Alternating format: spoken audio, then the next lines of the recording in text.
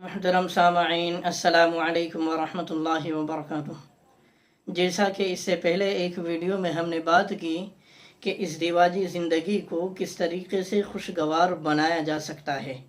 لیکن میاں بیوی کے ساتھ میں رہنے کی بنیاد پر بعض مرتبہ اختلاف و انتشار ہو جاتا ہے اور پانی سر سے اوپر چلا جاتا ہے، جس کی وجہ سے بعض مرتبہ مرد غصے میں آ کر کے اپنی بیوی کو 1 2 3 یعنی طلاق دے دیتا ہے۔ تو کیا طلاق دینے کی جو بات ہے تو ڈائریکٹ دے سکتا ہے یا سمجھنے کے اعتبار سے اسٹیپ بائی اسٹیپ کوئی چیز رکھی ہو شریعت نے کہ تاکہ جو ہے سمجھنے کا ایک دوسرے کو جو ہے موقع دیا جائے، فراہم کیا جائے؟ تو دیکھیے کہ قرآن کریم کے اندر اللہ نے فرمایا ہے کہ اگر غلطی نافرمانی عورت کی جانب سے ہے تو پہلے اس کو سمجھاؤ بجھاؤ پیار و محبت کے ساتھ میں، جس طریقے سے بھی سمجھا سکتے ہو تو اس کو ضرور سمجھایا جائے۔ قرآن کریم کے اندر اللہ نے فرمایا وَاللَّاتِي تَخَافُونَ نُشُوزَهُنَّ فَعِظُوهُنَّ، اور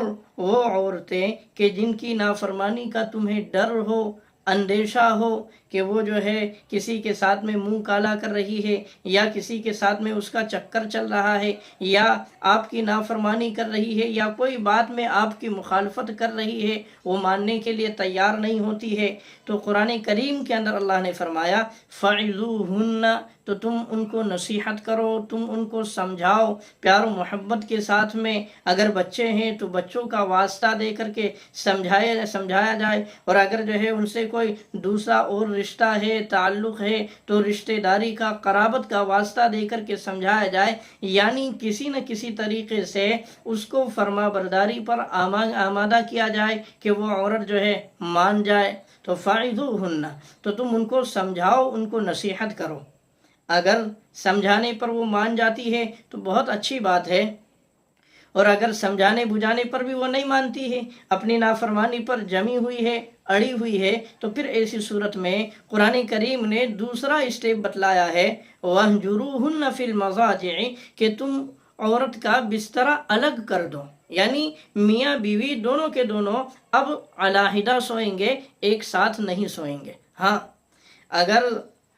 الگ الگ کمرے میں سو سکتے ہو تو ٹھیک ہے، اور اگر الگ الگ کمرے میں نہیں سو سکتے ہیں تو ایک ہی کمرے کے اندر ایک طرف مرد سوئے گا تو دوسری طرف عورت سوئے گی۔ تو اس طریقے سے بھی اس کو سمجھانے کے لیے، تاکہ اس کو عبرت حاصل ہو، اس کو سبق حاصل ہو، اور اس کو پتہ چلے کہ میرا شوہر، میرا آدمی مجھ سے ناراض چل رہا ہے، کہ جس کی وجہ سے میرے شوہر نے مجھ سے علیحدگی اختیار کر لی ہے، مجھ سے اپنا بسترا الگ کر لیا ہے، تاکہ اس کو بھی تو پتہ چلے، اس کو بھی تو احساس ہو۔ تو دوسرا اسٹیپ قرآن کریم کے اندر اللہ نے بتلایا ہے وَاهْجُرُوهُنَّ فِي الْمَضَاجِعِ، کہ تم ان کا بسترا الگ کر دو۔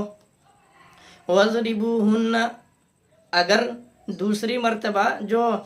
دوسرے اسٹیپ میں جو بسترا الگ کیا ہے مان جاتی ہے تو ٹھیک ہے، اچھی بات ہے، اور اگر نہیں مانتی ہے تو پھر قرآن کریم کے اندر اللہ نے فرمایا ہے کہ تم ہلکی پھلکی ضرب لگاؤ۔ وَاضْرِبُوهُنَّ، ہلکی پھلکی ضرب لگاؤ، تنبیہ کرو، ہلکی پھلکی مار لگاؤ کہ جس سے بدن پر جو ہے اس کا کوئی اثر نہ آنے پائے۔ ہاں،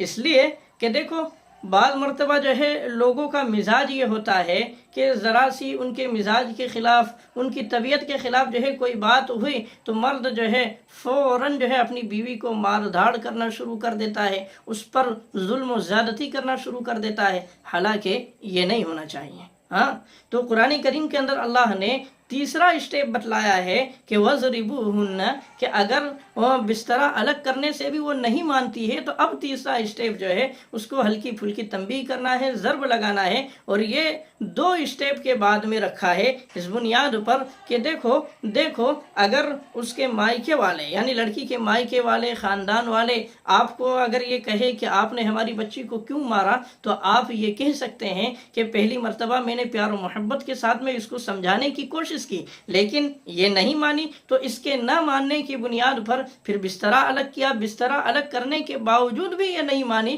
تو پھر تیسری مرتبہ میں نے قرآن کے مطابق جو ہے ہلکی پھلکی تنبیہ کرنا چاہا، ضرب لگانا چاہا، تاکہ اب مان جائے، اب سدھر جائے۔ ہاں، تو یہ تیسرا اسٹیپ ہے، اور یہ جو ہے ہمارا مرد کے لیے دلیل بھی ہو جائے گا، حجت بھی ہو جائے گا، اور مرد کو بھی